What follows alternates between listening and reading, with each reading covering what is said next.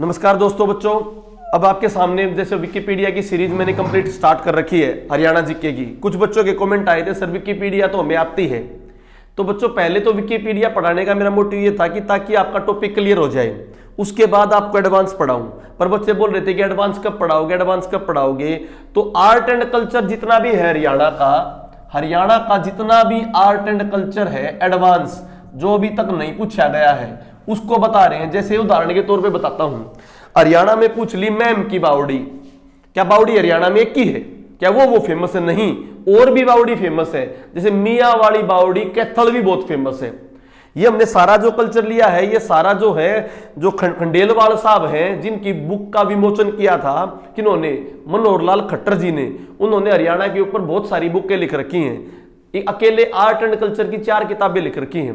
तो उस अकेले आर्ट एंड कल्चर में मान लो 100 तालाब है हरियाणा में, तो उनमें से 5 या 7 तालाब जिनके पीछे हिस्ट्री है वो तालाब निकाले गए हैं। बात समझ आई? अब उनको हिस्ट्री, सारों की हिस्ट्री नहीं पढ़ाएंगे, खाली अपने पेपर में क्वेश्चन जिस तरह से आएगा वो पढ़ाएंगे।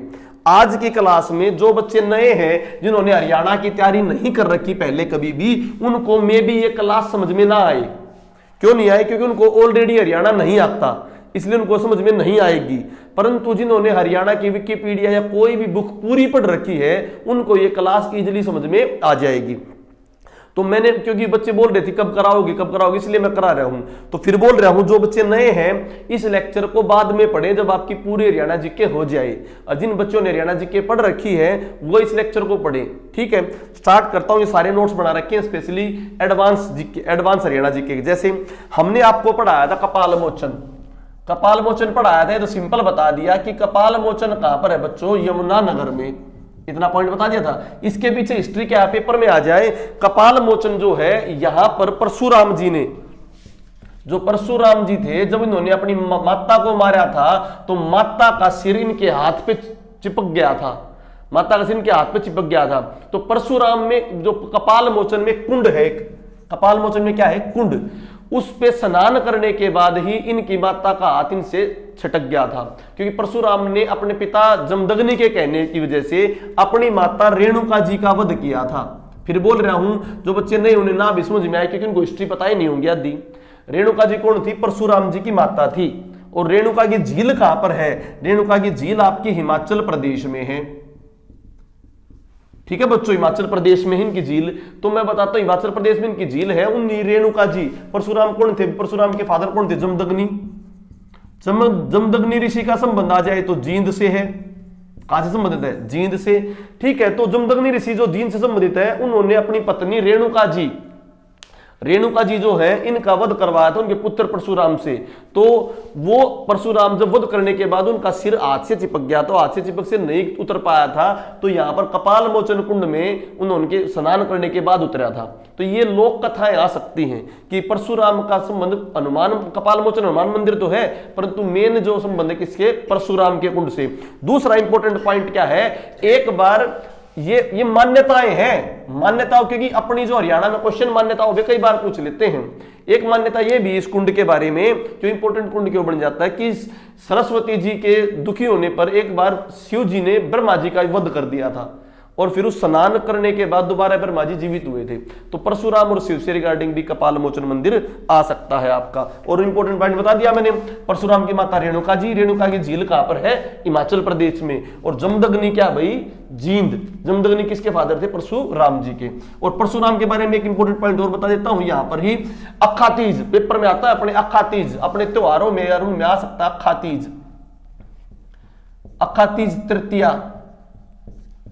अक्खा तीज तृतीया में यहां पर साए स्टार्ट होते हैं। अक्खा तीज तृतीया, तो अक्खा तीज तृतीया किस महान विभूति के उसमें बनाई जाती है? परशुराम जयंती के तौर पर। इस समय विवाह स्टार्ट हो जाते हैं। क्या स्टार्ट हो जाते हैं? विवाह स्टार्ट हो जाते हैं। ठीक है बच्चों, अक्खा तीज। अगला पॉइंट करते हैं, बहुत इंपॉर्टेंट। ये तीर्थ बहुत बार है, अभी तक पूछा नहीं इस तीर्थ के बारे में, कभी भी पूछ सकता है।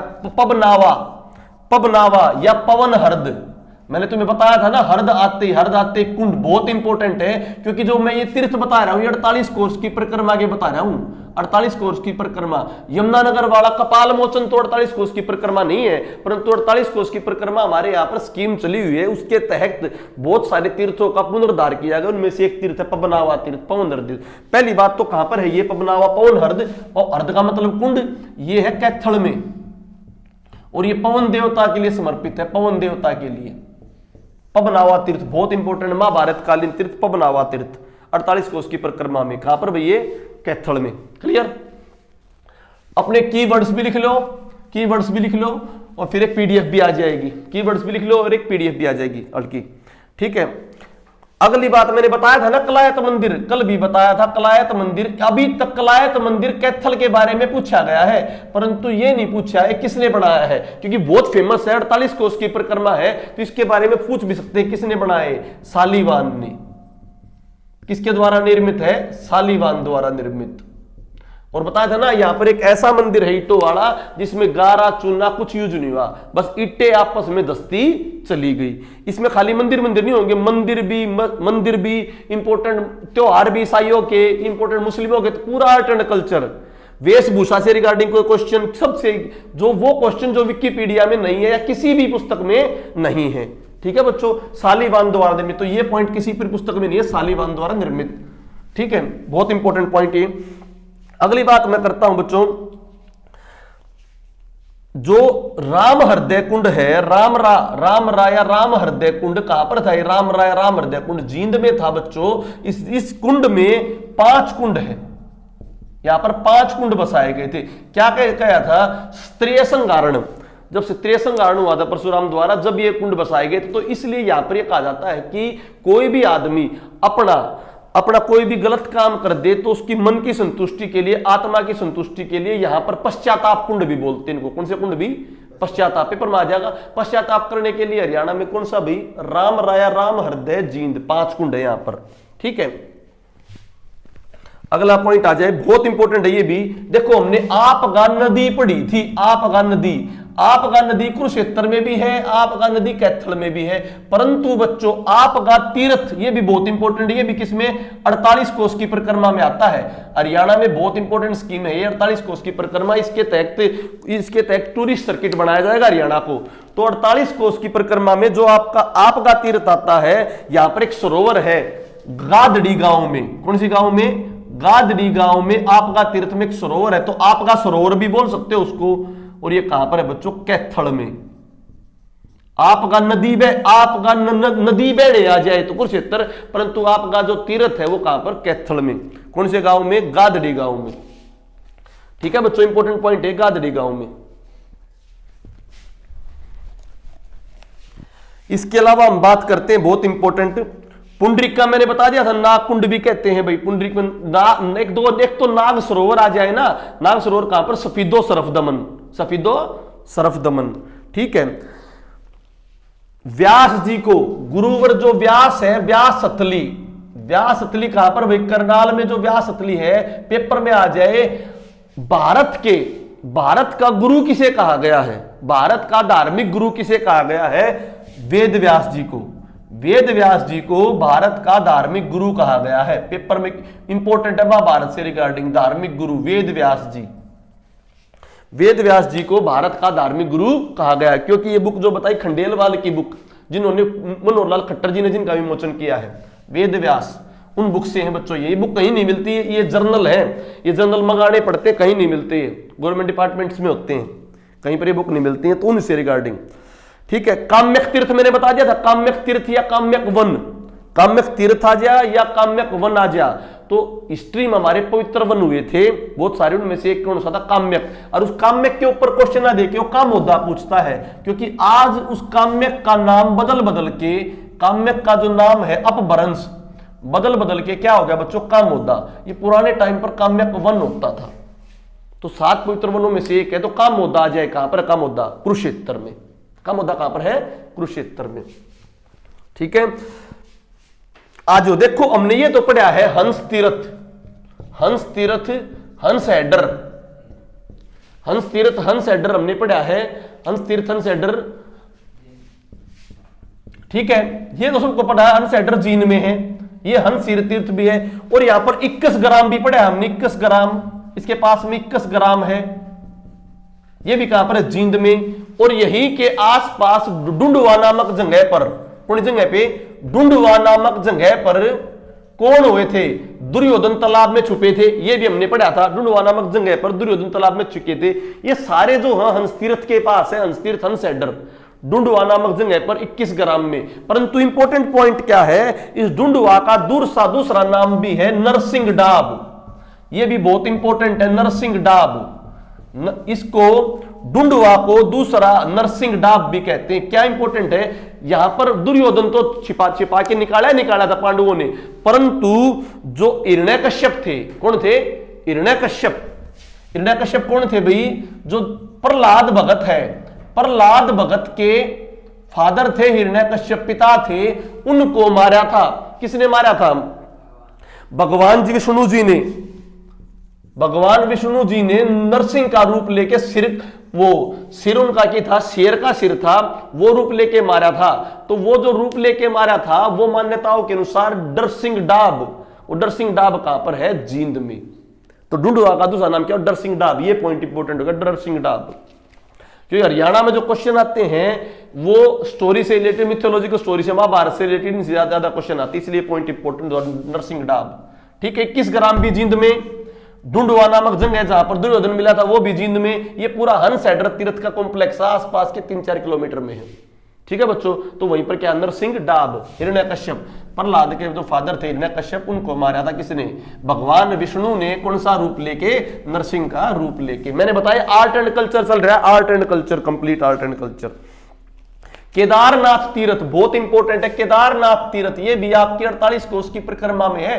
केदारनाथ तीर्थ देखो, एक तो केदारनाथ उत्तराखंड में, ये केदार तीर्थ है, ये भी कहां पर है, कैथल में।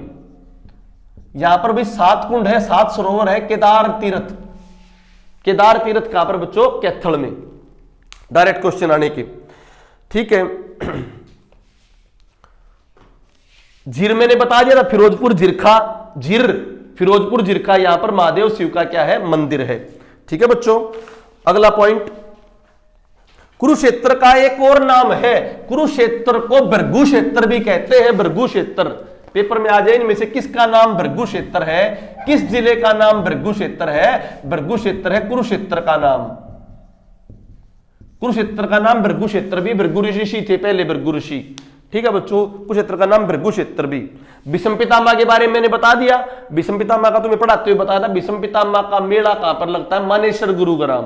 कहां पर लगता है, मानेसर गुरुग्राम। यहां पर मल्ल युद्ध हुआ, अखाड़े, मतलब वहां पर जो है अखाड़े के टाइम पर दंगल वगैरह होता है। इंपॉर्टेंट क्यों, क्योंकि की बार महाभारत पढ़ाई गई, महाभारत दिखाई गई थी लॉकडाउन में, तो महाभारत से ज्यादा क्वेश्चन आने की उम्मीद है। ठीक है, क्योंकि महाभारत लॉकडाउन के दौरान दिखाई गई थी।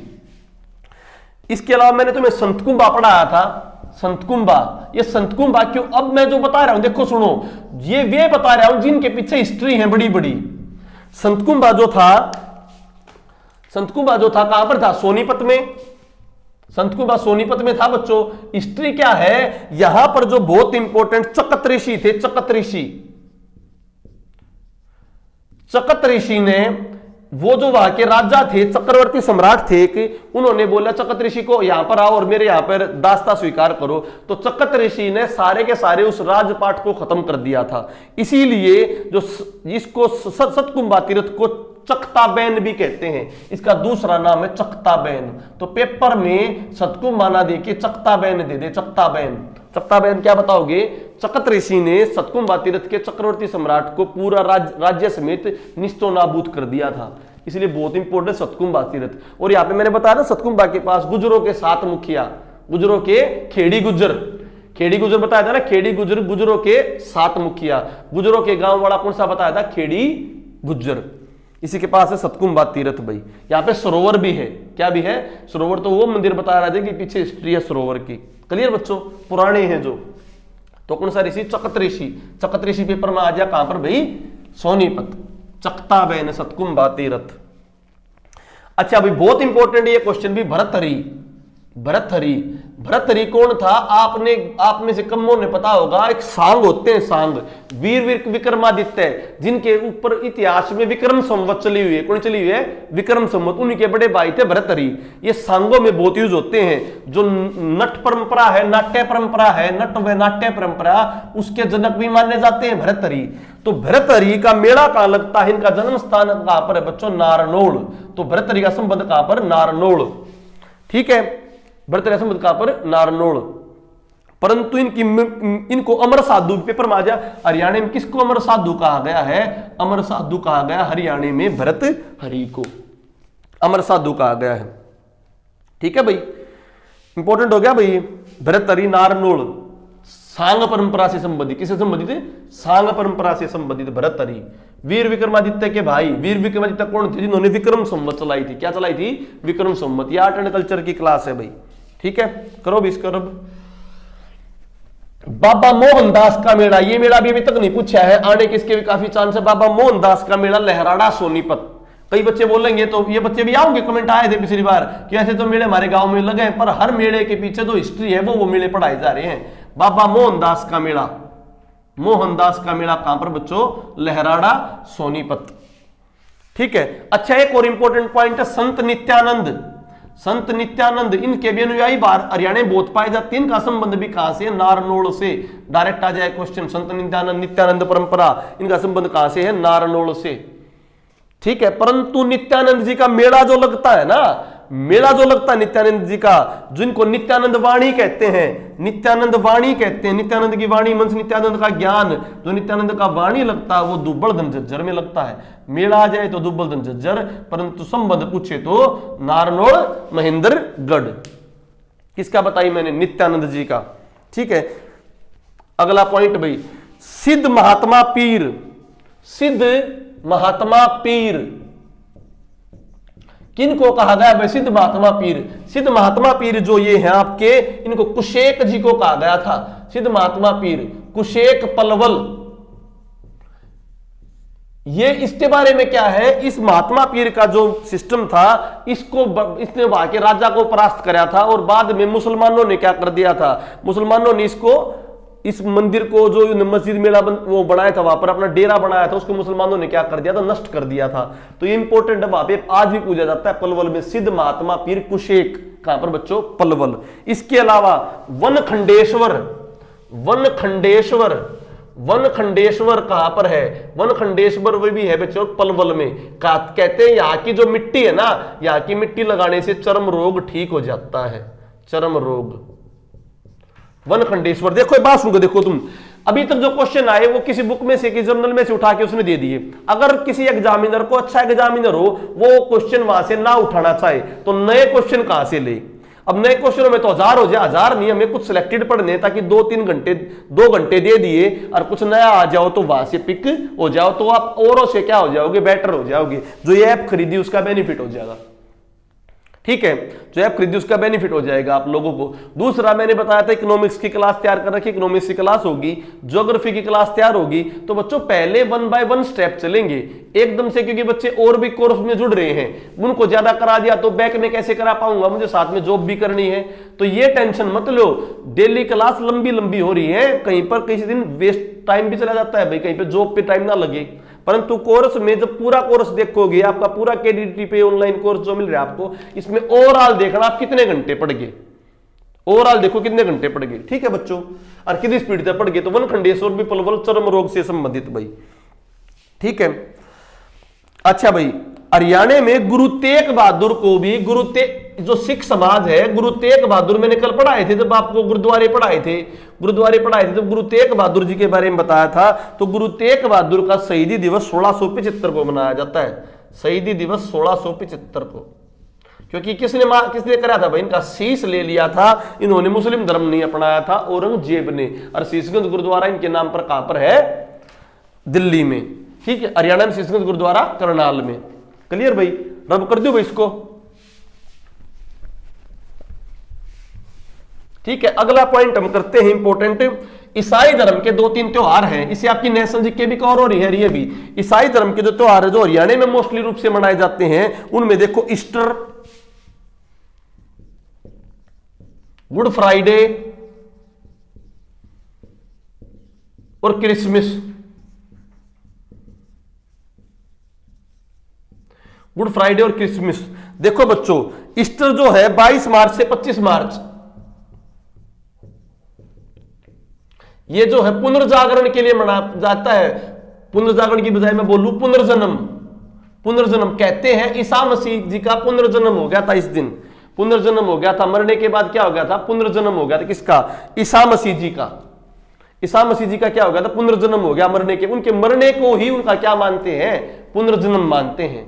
मरने के बाद क्या मानते हैं? उनके मरने को पुनर्जन्म मानते हैं। तो ईस्टर आ जाए। और उससे पहले वो मरे थे, उससे पहले उनको यातनाएं दी गई थी ना, यातनाएं। तो यातनाएं जो दी गई थी उस दिन विशेष व्रत रखा जाता है, विशेष व्रत, उनकी पीड़ाओं से संबंधित, उनकी पीड़ाओं से संबंधित विशेष व्रत। तो पेपर में इस तरह से क्वेश्चन आते हैं, यातनाओं से संबंधित कौन सा भाई? देखो ये तो कोई बता देगा पेपर में, आसान क्वेश्चन आए तो ये आ जाएगा किन के त्योहार हैं, किन के त्योहार हैं? ईसाइयों के हैं। फिर पेपर में त्योहारों का संबंध किससे है, तो वो क्वेश्चन टफ बनता है। ईस्टर का संबंध किससे? उसके पुनर्जन्म से। गुड फ्राइडे का विशेष व्रत उनकी पीड़ाओं से संबंधित है। किस संबंधित? उनकी पीड़ाओं से। और क्रिसमस 25 दिसंबर को उनके जन्म से संबंधित है, उनके जन्म से संबंधित है। ठीक है, पूरे आर्ट एंड कल्चर का निचोड़ है ये। ठीक है बच्चों, और वो नव वर्ष को मनाते हैं, नव वर्ष को खुशहाली के तौर पे मनाते हैं। जैसे आप वैसाखी बनावा, लोहड़ी बनावा, इस प्रकार वो क्या बनाते हैं? नव वर्ष बनाते हैं। ठीक है भाई, अब हम करते हैं हरियाणा में कुछ किसानों के त्योहार। इन किसानों के त्योहार को जो ग्रामीण पृष्ठभूमि के बच्चे, उन्हें तो लगेगा ये क्या पढ़ाया, परंतु जो शहरी पृष्ठभूमि के बच्चे हैं उनका वो क्वेश्चन सोल्व हो जाएगा। बात समझ आई नहीं आई? किसानों वाले, गांव वाले तो बोलेंगे तो हमें आता है, परंतु शहरी पृष्ठभूमि के बारे में भी सोचो। जैसे किसानों के त्योहारों में हल जोतिया, हल जोतिया, वैसे नाम से स्पष्ट हो जाएगा, हल जोतिया, हल जोतने की परंपरा को मनाते वर्षा होने पर। क्या होने पर? वर्षा होने पर। सीधा क्वेश्चन आएगा, हल जोतिया किससे? किससे भाई? हरियाणा में क्या होने पर? वर्षा होने पर। अगला गुड़ भत्ता। गुड़ भत्ता भी किसानों का त्योहार है। गुड़ भत्ता, गुड़ भत्ता किसानों का त्योहार है ईख बिजाई के समय। क्यों पढ़ा रहा है? इसका मतलब समझो बच्चों, जहां पर ईख बोते उन्हें तो पता है गुड़ भत्ता क्या है, जहां पर ईख नहीं बोते उन्हें पता नहीं है गुड़ भत्ता क्या है। ये किसानों के त्योहार है ईख बिजाई पर। ठीक है, इसके अलावा बात करो, यहां पर ये इंपॉर्टेंट है, ये बहुत कम को पता होगा। ये पत्ती हरियाणा में लहासिया, जो पुराने बंदे उनको पता, लहासिया या खंडवारा, अलग अलग नामों से पुकारते होंगे, लासिया या खंडवारा। ये सामूहिक खेती होती है बच्चों। कौन सी खेती? हरियाणा के बंदे करते हैं सामूहिक खेती। जो कर मान लो ईख बिजाइया करा हुआ है तो गंडीरी जो सारे इकट्ठे करके बो देते हैं, फिर उनको लापसी, क्या लापसी, लापसी मिलते हैं। जो हलवा होता है उसका लिक्विड सी फॉर्म होती है, उसे बोलते हैं लापसी, ये दी जाती है। ठीक है, जो लासिया और खंडवारा इकट्ठे अलजोत करें या इकट्ठे बिजाई करवाएं उसे बोलते हैं लासिया या खंडवारा। ये सबको पता होगा। दराती डालना या लामणी, दराती डालना या लामणी, लामणी बहुत इंपॉर्टेंट है। फसल कटाई को क्या बोलते हैं? लामणी। फसल कटाई क्या बोलते हैं भाई? लामणी। ठीक है, लामणी, लामणी फसल कटाई को बोलते हैं। ठीक है बच्चों, जो गेहूं की किसी भी चीज की लामणी एक वर्ड है इसके लिए। ठीक है, बिटोड़ा जो है, बिटोड़ा कॉमन वर्ड, बिटोड़े पे आने क्वेश्चन चांस बहुत कम है क्योंकि इसको तो अलग अलग नामों से बोला जाता है। पर लामणी और लहासिया, हलजोतिया, गुड़बत्ता, इनके ऊपर क्वेश्चन आ सकते हैं।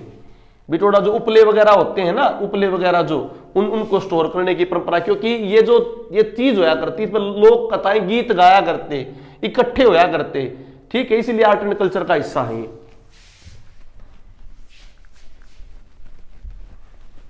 अगला पॉइंट करो भाई, बहुत इंपॉर्टेंट। अहिरवाल के कुछ लोक गायक, अहिरवाल में लोक कला परंपरा रही है तो यहां के कुछ डायरेक्ट क्वेश्चन आ सकते हैं। अहिरवाल के लोक गायक जैसे पंडित ताराचंद, पंडित ताराचंद पेपर में आ जाए। पंडित ताराचंद, इनका संबंध कहां से है? महेंद्रगढ़ से। कहां से बच्चों? महेंद्रगढ़ से, महेंद्रगढ़ के कोथलगाम से। इस कोथलगाम को कवि सतल भी कहा गया है। हरियाणा के कवि सतल कौन से गांव को कहा गया भाई? कोथल को। क्यों? पंडित ताराचंद, इन्होंने अहिरवाल परंपरा को अपना, अहिरवाल के जो लोक गायक थे उनमें से बहुत फेमस थे। इसके अलावा पंडित बस्तीराम, पंडित बस्तीराम, इनका संबंध कहां से? लोक गायक। पेपर में सीधा देख तो है क्या? लोक गायक। कहां से? खेड़ी सुल्तान झज्जर, खेड़ी सुल्तान झज्जर। पंडित बस्तीराम, बहुत इंपॉर्टेंट। केवलानंद, केवलानंद, ये दहेज प्रथा के खिलाफ इन्होंने किया था, दहेज प्रथा के खिलाफ, क्योंकि हीरो में बहुत दहेज प्रथा उनके खिलाफ किया था इन्होंने, दहेज प्रथा के खिलाफ, इसलिए बहुत फेमस है। रेवाड़ी के, केवलानंद रेवाड़ी के, ये 4-5 इनाम। कस्तूरीबाई, बहुत इंपॉर्टेंट, कस्तूरीबाई, ये अनपढ़ होते हुए भी इन्होंने जो महिलाओं में जागरण किया था, महिलाओं को उत्थान किया था, कि इन्होंने कस्तूरीबाई जी ने नारी समाज का उत्थान किया था। बाल धनगांव रेवाड़ी, बाल धनगांव रेवाड़ी, कस्तूरीबाई, महिला सशक्तिकरण के लिए पूछ लेंगे, महिला सशक्तिकरण, ये भी लोकगीत गायकों के माध्यम से इन्होंने किया था, कस्तूरीबाई। ठीक है बच्चों।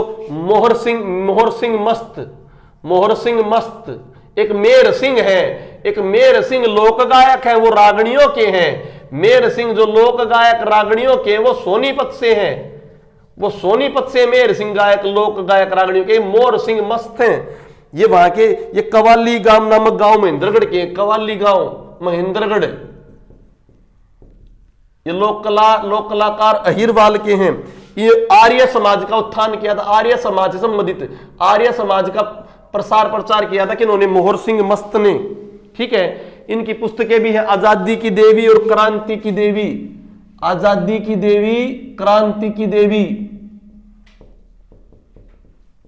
किसकी?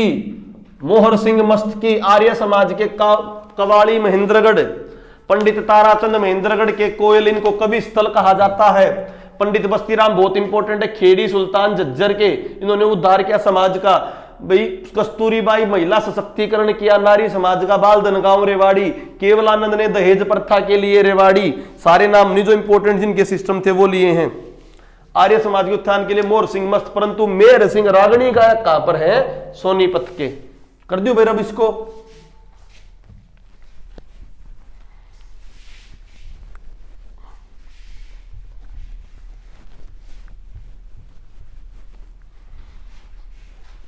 करंट अफेयर आपको ऑलमोस्ट करा ही दिया, 1 अक्टूबर नवंबर का करंट अफेयर बचा हुआ है, वो और करा दूंगा।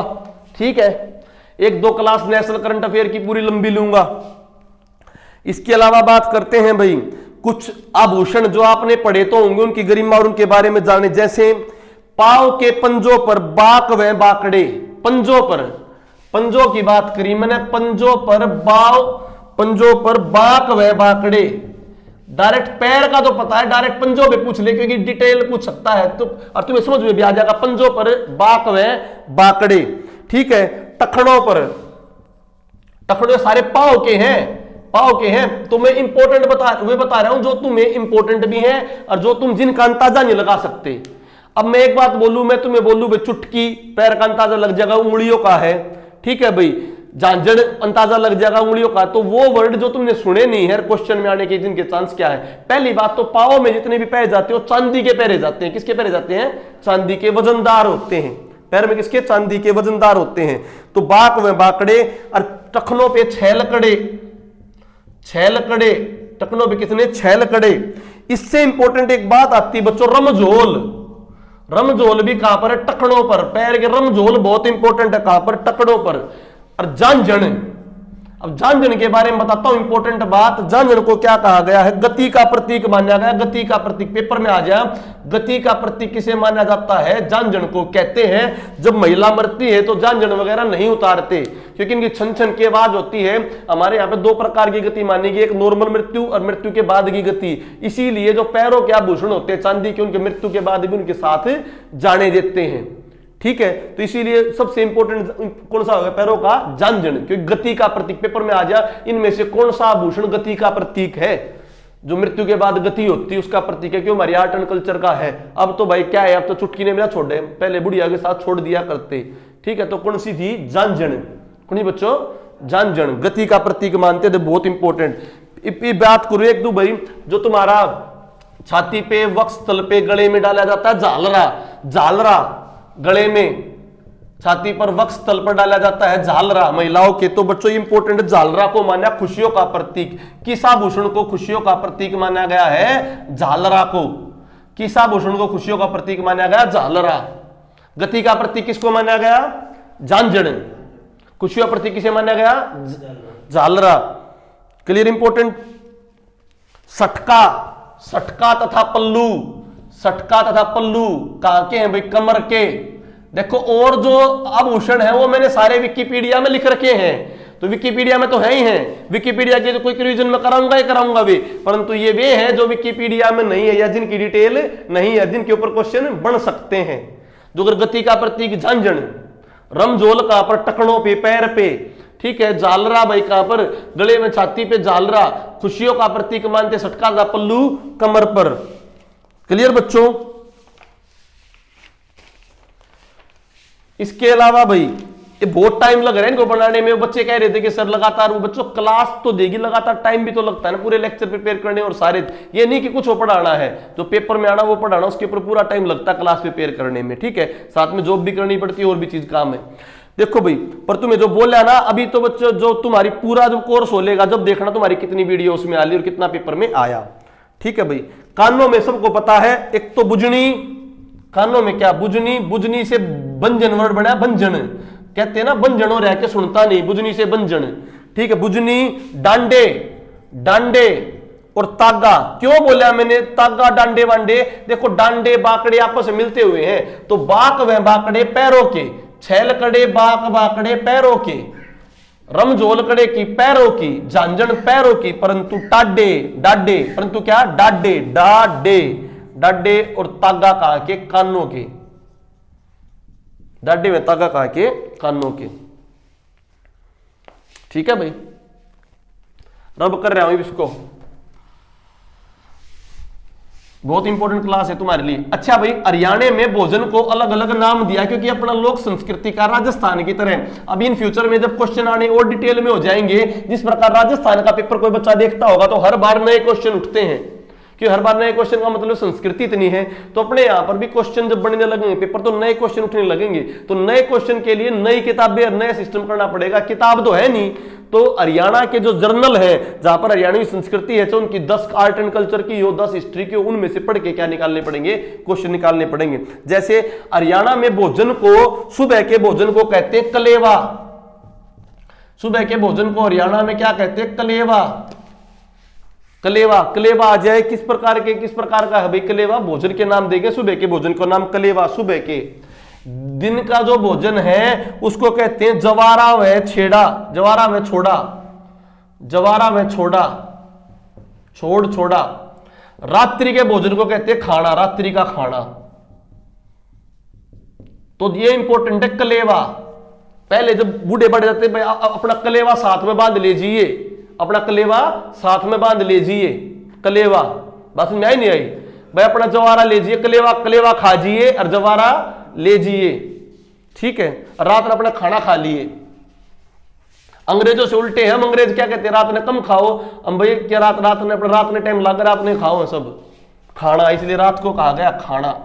सुबह के क्या कहा? कलेवा, कि खेतों में जाया करते कुछ खा पी के चले जाओ, दिन में क्या आया करता उनका जवारा, ठीक है। अब ये कुछ मुस्लिम व्रत है, जैसे मुस्लिम व्रतों में दो है, एक तो रोजे भाई इंपॉर्टेंट, रोजे। रोजे तो पता है तुम्हें, रोजों का एक पूरा महीना चलता है। इजरी सन का 9वां मास। इजरी किसका कैलेंडर है? इजरी मुसलमानों का कैलेंडर है। अपना कौन सा कैलेंडर है? शक। कौन सा कैलेंडर है अपना? शक संवत। किसने चलाई? कनिष्क ने। किसने चलाई? कनिष्क ने। किस पर आधारित है? सूर्य पर। किस पर आधारित है? सूर्य पर। इजरी कैलेंडर किसका है? मुसलमानों का। किस पर आधारित है? चंद्रमा पर। किस पर आधारित है? चंद्रमा पर। इस इजरी के 9वें महीने में, 9वें मास में, 9 मास में क्या बनाए जाते हैं? रोजे। लगभग 12 घंटे तक क्या कहते हैं? सुबह से लेकर शाम तक क्या रहते हैं? कुछ नहीं खाते पीते, ना पानी भी नहीं पीते हैं, ना झूठ बोलना, अपने आचरण में शुद्धि लेना, सारे काम होते हैं रोजों में। मांस मिट्टी कुछ भी नहीं खाना, और शाम को क्या करते हैं? एक बार खाना खाते हैं रोजों में। ये रोजे तो अपने घर में बैठ कर काम करने के साथ भी। एक विशेष प्रकार का रोजा इत्तिफाक। इत्तिफाक, इत्तिफाक जो रोजा है ये मस्जिद में बैठ के किया जाता है। इत्तिफाक रोजा कहां पर होता है? मस्जिद में होता है, ठीक है बच्चों। ये घर में नहीं कहां पर होते हैं? मस्जिद में होते हैं, ठीक है। इसको रब कर रहा हूं भाई, कर दो रब इत्तिफाक। अगला आ जाओ इंपॉर्टेंट पॉइंट भाई, कुछ कहावतें हैं, कुछ कहावतें एक बार सुन लो, लिखने की जरूरत नहीं, सुन लोगे तो पेपर में सोल्व हो जाएंगे। देखो कहावतें मैंने पढ़ी, कहावतें थी कम से कम भी 300-400, तो 300-400 में मैंने वो देखी जिनका मतलब से आप आंसर नहीं निकाल सकते। कुछ कहावतें हो तो ऐसे हैं जिनका बोलने से मतलब निकल जाएगा, जैसे कुम्हार कई तना चढ़े गधे पर वैसे लजा लजा घूमे। तो मीन्स इसके कहने का मतलब क्या हो गया कि कोई व्यक्ति आपके कहने से कोई काम नहीं करता परंतु वैसे उस काम को करता रहता है। तो ये तो नॉर्मल कहावतें हैं, नॉर्मल कहावतें, जैसे भैंस के आगे बीन बजाना मटर मटर जुगाड़े। तो इसका मतलब है कि भाई किसी मूर्ख आदमी को समझाने का कोई बेनिफिट नहीं है। तो वो कहावतें मैंने नहीं लिखी, मैंने कुछ कहावतें वो लिखी जो इंपॉर्टेंट भी हैं परंतु जिनका मतलब डायरेक्ट नहीं निकलता, जिनका मतलब डायरेक्ट नहीं निकलता। जैसे कुछ बोल रहा हूं, ध्यान सुनना, मुंजे बिना नाड़ी कौन कटे, मुंजे बिना नाड़ी कौन काटे, मुंजे बिना नाड़ी कौन काटे। इसका मतलब है जो व्यक्ति धूर्त होता है, जो खराब होता है, उसके साथ धूर्तता से व्यवहार करना चाहिए। जो व्यक्ति धूर्त होता है उसके साथ धूर्तता से क्या करना चाहिए, व्यवहार करना चाहिए। मुंजे बिना नाड़ी कौन काटे, एक बार सुन लोगे तो ऑटोमेटिकली क्वेश्चन सोल्व हो जाएगा। आगे, पेट ने गोडे ना नवे, पेट ने गोडे ना नवे, पेट ने गोडे ना लगाए जा सकते। इसका मतलब क्या है, अपनी गर्ज को खुद झुकना पड़ता है, अपनी गर्ज को खुद झुकना पड़ता है। एक बार सुन लो जब क्वेश्चन हो जाएंगे। और तो तुम्हें अपने वहां से अंदाजा निकाल के 400 कहावतें नहीं सुनाई जा सकती, मतलब वो इंपॉर्टेंट जो भाई पेपर में आ भी जा या जो आ जा तो आपसे सोल्व नहीं हुए, एक बार आंसर सुन लोगे तो क्या हो जाएंगी, सोल्व हो जाएंगी। आगे, वो ए बीबी पकावे वो ए मियाँ खावे, या वो ए बीबी पक्के वो ए मियाँ चखे, वो ए बीबी पकावे वो ए मियाँ खावे, या वो ए बीबी पक्के वो ए मियाँ चखे। रोजी रोटी के लाली, इसका अर्थ क्या है, रोजी रोटी के लाली क्या अर्थ है, वैसे मतलब नहीं निकलेगा पर एक बार सुन लोगे तो दिमाग में आ जाएगा, रोजी रोटी के लाली।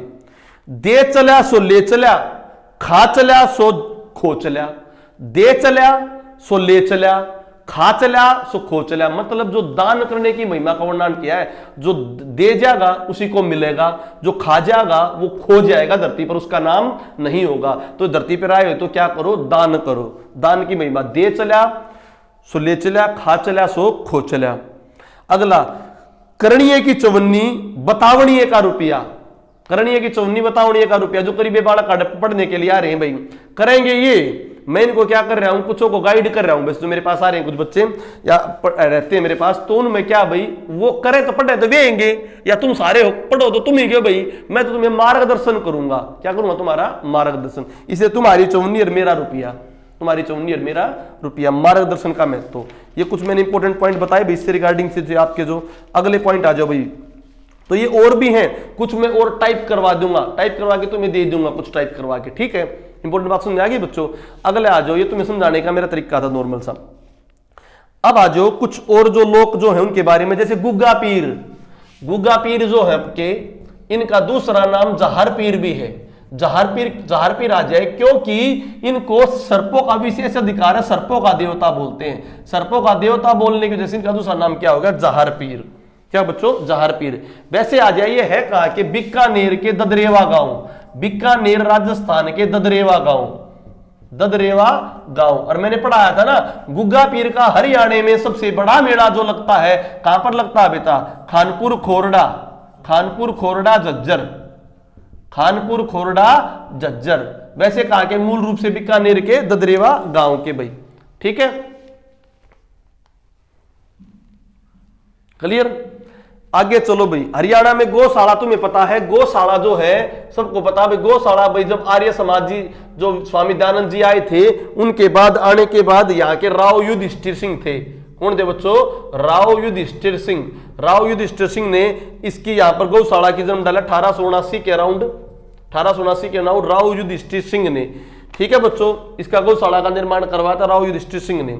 इसके बाद हरियाणा, ये बहुत इंपॉर्टेंट है, हरियाणा राज्य गौशाला संघ, हरियाणा राज्य गौशाला संघ की स्थापना कब हुई, 1996 में। हरियाणा राज्य गौशाला संघ की स्थापना कब हुई, 1996 में, ठीक है भाई। जोगी, हमारे यहां पर जोगी परंपरा है। जोगी 3 प्रकार के होते हैं। जोगी एक तो कनफड़ा जोगी, कनफड़ा जोगी, एक गृहस्थ जोगी, एक जंगम जोगी। ध्यान समझो, कनफड़ा जोगी जो कान फड़े, उनमें मेन माना गया पूर्ण भगत को। किसको माना गया? पूर्ण भगत। मैंने बताया पूर्ण भगत का कि था एक जवान लड़का था, ठीक है भाई, वो जो गुरु मच्छिंद्र नाथ चले संग लेकर पूर्ण चेले ने, ये कहावत भी, गुरु मच्छिंद्र नाथ चले संग लेकर पूर्ण चेले ने। तो ये पूर्ण भगत जो गोरखनाथ का परम शिष्य था, पूर्ण भगत, इस पूर्ण भगत को ही, पूर्ण भगत का ही नाम बताते महासिद्ध योगी चौरंगीनाथ, महासिद्ध योगी चौरंगीनाथ, जिन्होंने किसका करा था? जिन्होंने बोरवाड़ा, जो अस्तल बोरवाड़ा मठ है, उसकी क्या करी? स्थापना। तो पूर्ण भगत को ही महासिद्ध योगी चौरंगीनाथ कहते हैं। पूर्ण भगत का मेला कहां पर लगता है? कासन गुरुग्राम। कहां लगता है मेला? कासन गुरुग्राम, ठीक है भाई। गृहस्थ जोगी वे हो जो गीत वीत गाया करते, संगीत वंगीत कराया करते, जो भी ये उन कहा करते गृहस्थ जोगी। जंगम जोगी वे हैं जो, जैसे मतलब बात करो नाथ हैं जो भाई अब हरिद्वार में आ जाते हैं, जो महाकुंभ होते हैं वहां पर आ जाते हैं, उनको क्या बोलते हैं? जंगम जोगी, ठीक है भाई। रब कर रहा हूं भाई। अब आ जाओ, कुछ त्योहार हैं, त्योहार है, वैसे त्योहारों में पढ़ोगे, पर तुम्हें यहां भी बता देता हूं कुछ त्योहारों के बारे में, बहुत इंपॉर्टेंट, कौन सा त्योहार किस टाइम पर क्या मनाया जाता है, इनके ऊपर भी डायरेक्ट क्वेश्चन आते हैं, त्योहारों से रिगार्डिंग भी बहुत इंपॉर्टेंट है ये।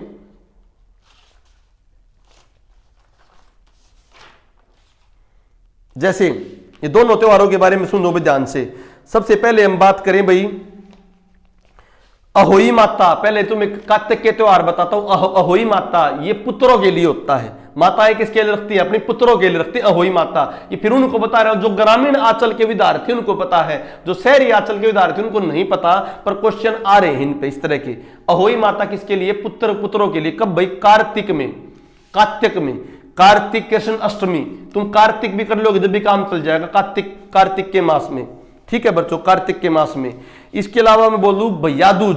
भैया दूज भी किसका? भाई बहन के प्यार के लिए। किसमें? कार्तिक मास में। इसकी पीडीएफ भी बना दूंगा, एक में पीडीएफ भी आ जाएगी, सुन लो, उससे काम चल जाएगा।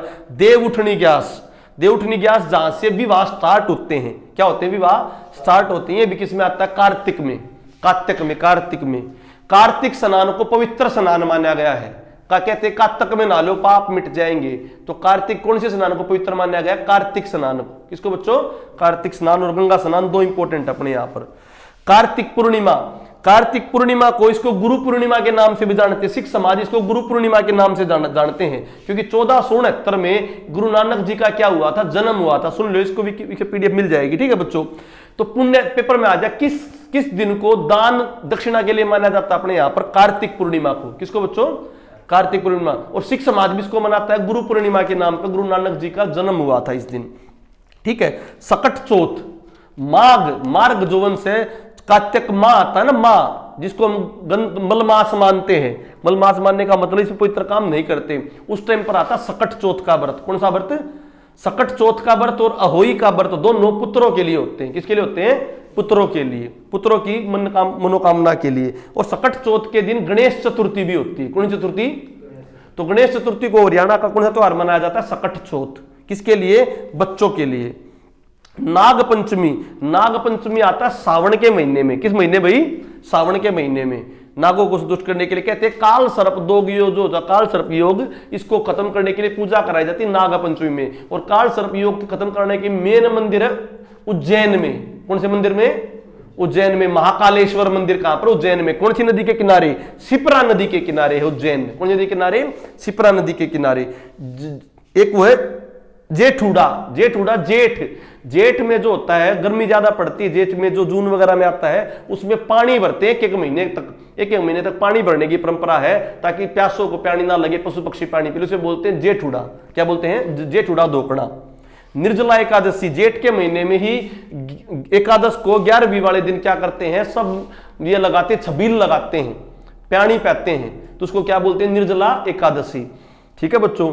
सीली सातन मैंने बता दिया शीतला माता के लिए, सीली सातन उस दिन बासी खाना खाते हैं, बासोड़ा। रीजन भी बताया था बासी खाना क्यों खाते हैं। माता जो भिखारण का रूप लेके आ गई थी और भिखारण का रूप लेके आने के बाद एक स्त्री ने उसके ऊपर गर्म चावल रख दिए थे, इसलिए तो वो बोल दिया कभी गर्म नहीं खाओगे, इस दिन जो गर्म खाओगे उसको चेचक हो जाएगा। चेचक की देवी शीतल सातन को बासोड़ा भी कहते हैं। क्या भी कहते हैं?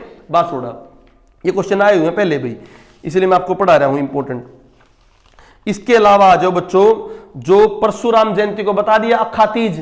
अखातीज की बोलते हैं परशुराम जयंती। एक होता है जेठ के महीने में गंगा दशहरा। कौन सा दशहरा? गंगा दशहरा किस दिन आता है? जेठ के महीने में ही। एक इंपॉर्टेंट रथ यात्रा। रथ यात्रा आता है आसोज में। रथ यात्रा क्या पर आती है? आसोज में। क्या बच्चों? आसोज के वहां से चमासा जिसको कहते हैं वर्षा ऋतु स्टार्ट हो जाती है। वर्षा ऋतु, वर्षा ऋतु का अपने यहाँ पे क्या लोकल नाम है? चौमासा या चौमासा किसके लिए नाम है? लोकल नाम वर्षा ऋतु के लिए। तो वहां पर जगन्नाथपुरी में यात्रा निकलती है। उसी रथ यात्रा की तर्ज पर हरियाणा में भी यात्रा निकलती है। कहां पर? आसोज में। ठीक है, आसोज में कौन सी? चौमासा या चमासा। ठीक है बच्चों, इंपॉर्टेंट पॉइंट था ये भी, बहुत इंपॉर्टेंट। इसके अलावा बात करते हैं व्यास पूर्णिमा। मैंने बता दी हरियाणा की गुरु पूर्णिमा मानो तो व्यास पूर्णिमा को कहते हैं। किसको कहते हैं? व्यास पूर्णिमा। गुरु पूर्णिमा वो सिखों की है, उनकी सिखों पूर्णिमा में अपनी कार्तिक पूर्णिमा होती है। क्या होती है? अपनी। परंतु अपने यहां पर गुरु पूर्णिमा किसको मानते हैं? व्यास पूर्णिमा को। वेद व्यास जी को क्या मानते हैं? संपूर्ण भारत का गुरु। ठीक है, इंपॉर्टेंट पॉइंट। सांझी, सांझी भी किसमें आती है भाई? आसोज में। आसोज में क्या आती है? सांझी डालते हैं। सांझी डालते हैं ना, स्त्रियां डालती है सांझी दशहरे के समय। किसके समय? दशहरे। दशहरा भी किसमें आता है आपका? दशहरा भी आसोज में आता है। ठीक है बच्चों, ये बहुत इंपॉर्टेंट पॉइंट थे। इसके अलावा कुछ एक पेज हो रह गया है इंपॉर्टेंट, थापा। हरियाणा में जैसे राजस्थान में मांडने होते हैं भाई, अलग अलग जगह अलग अलग होते हैं, चित्रण प्रणाली होती है। हरियाणा में चित्र प्रणाली को क्या कहते हैं? चीतना। हरियाणा में चित्रण प्रणाली को, चित्र प्रणाली को क्या कहते हैं? चीतना। चीतना भाई, अलग अलग जगह इनको अलग अलग नाम है। जैसे राजस्थान में मांडने, डायरेक्ट क्वेश्चन भी आ सकता है इन पे। राजस्थान में क्या कहते हैं? मांडना, मांडने। ठीक है। गुजरात में सतिया, गुजरात में सतिया। महाराष्ट्र में रंगोली, महाराष्ट्र में रंगोली। उत्तर प्रदेश में चौक पूजना, उत्तर प्रदेश में चौक पूजना। बंगाल में अल्पना, बंगाल में अल्पना। दक्षिण भारत में कोल्लम, दक्षिण भारत में कोल्लम। ठीक है। देवी देवताओं को, ठीक है भाई, देवी देवताओं से रिगार्डिंग चित्र प्रणाली करती है चीतना। ठीक, इसी अलावा एक थापा भी होता है, थापा लगाना। हरियाणा में दो प्रकार के थापे होते हैं। पेपर में थापा क्यों लगाते हैं? एक तो कन्या पक्ष वाले, किन वाले? कन्या पक्ष वाले वर पक्ष को, किसको? वर पक्ष को मैरिज में विदाई के समय कन्या पक्ष की जो बड़ी महिला होगी, वर पक्ष के बड़े बड़े जो बुजुर्ग होंगे उनको क्या लगाएगी? थापा। और दान देने की परंपरा है बड़े बुजुर्ग एक दूसरे को, मैरिज में कन्या पक्ष वाले वर पक्ष को। एक तो थापा वो लगाया जाता है। एक दूसरा थापा होता है गोबर से लगाना, देवी देवताओं के सम्मान में, देवी देवताओं के सम्मान में चित्रण करना, देवी देवताओं के सम्मान में चित्रण करना। कोई भी त्योहार आ जाए उसमें देवी देवताओं के सामने गोबर से लीप के गेरू बनाना, वो भी क्या होता है? थापा। गेरू बनाना, क्या बनाना? गेरू बनाना। गेरू भगवान गणेश से संबंधित है। क्लियर भाई? इसके अलावा मैं बताया भांड। भांड किसे कहते हैं? जो पेशेवर गायक होते हैं ना, पेशेवर गायक। हरियाणा में पेशेवर गायकों को क्या कहते हैं? भांड। इन्हीं की भांडों की पहले इमेज अच्छी नहीं होती थी। इन्हीं की इमेजों के ऊपर जो लक्ष्मीचंद है उनका मशहूर दोहा है, नाचन में के धोखा है बरके, नाचन में के धोखा बरके वेश जनाने का। नाचन में के धोखा है बरके वेश जनाने का। चाहे भाई नाचना भी हो किसी के मनोरंजन के लिए तो नारी रूप लेकर भी नाच लो। किसी ने कहा ये वर्ड लक्ष्मीचंद ने। तो भांडों को इज्जत दिलाने के लिए भांग पेशेवर गायक होते। बहरूपिया, तुमने देखा होगा ना, मांगने के लिए अपना रंग पलट लेते, उन्हें क्या कहते हैं? बहरूपिया। ठीक है। पंडित लक्ष्मीचंद को इस युग का गंधर्व कहा गया। क्या कहा? गंधर्व। तो पेपर में आ जा, आगे के गंधर्वों के दो प्रसिद्ध शिष्य हैं, प्रसिद्ध शिष्य मुसद्दीलाल, मुसद्दीलाल व देवी दत्त। मुसद्दीलाल व देवी दत्त उनके दो प्रसिद्ध क्या है? शिष्य हैं भाई, मुसद्दीलाल व देवी दत्त, इस युग के गंधर्व। जो अपनी सांग परंपरा वो पाकिस्तान तक भी फैली हुई है। पाकिस्तान के एक बहुत बड़े लोक गायक है बंदा मीर, पेपर माजा बंदा मीर कहा के लोक गायक है पाकिस्तान के। उनके जो गुरु थे वो थे धनपत सिंह निदाना के, धनपत सिंह निदाना के। तो बंदा मीर कहा के गायक थे, पाकिस्तानी गुरु जो है धनपत सिंह निदाना के। ठीक है बच्चों, और मैंने बताया था भाई इसके अलावा कुरुक्षेत्र तो धर्मनगरी होगी, उनको भृगुनगरी भी कहते हैं। छोटी काशी किसे कहते हैं? भिवानी को। तो भिवानी के 2-3 मंदिर हैं, वे बहुत इंपॉर्टेंट हैं, वे अभी तक पेपर में नहीं आए, आने के उनके चांस है। जैसे पहला तो गौरी शंकर मंदिर। गौरी शंकर मंदिर कहां पर? आपका भिवानी में। यह सेठ किरोड़ीमल ने बनाया था, सेठ किरोड़ीमल ने बनाया था गौरी शंकर मंदिर। गौरी शंकर मंदिर भिवानी सेठ किरोड़ीमल ने बनाया था। ठीक है, इसके अलावा बात करूं बच्चों में श्री रंगना मंदिर, श्री रंगनाथ मंदिर। श्री रंगनाथ मंदिर भी कहां पर है? भिवानी में। और तो बहुत सारे मंदिर पर ये 2 इंपॉर्टेंट है भाई, गौरी शंकर मंदिर और श्री रंगनाथ मंदिर भिवानी, और सारे विकिपीडिया में भी है।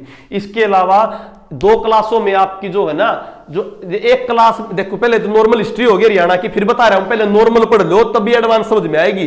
1-2 क्लास में तो नॉर्मल हिस्ट्री होगी तेज तेज, फिर एडवांस हिस्ट्री, वो युद्ध या वो चीजें जो आपको पहले नहीं पढ़ी हैं वो पढ़ाई जाएंगी हिस्ट्री की। ऐसे ही पॉलिटी की और ऐसे ही किसकी? ज्योग्राफी की। ठीक है, ये मैंने करा दिया आपको कुछ जो है एडवांस जो होती है हरियाणा का art and culture, advance Haryana का आर्ट एंड कल्चर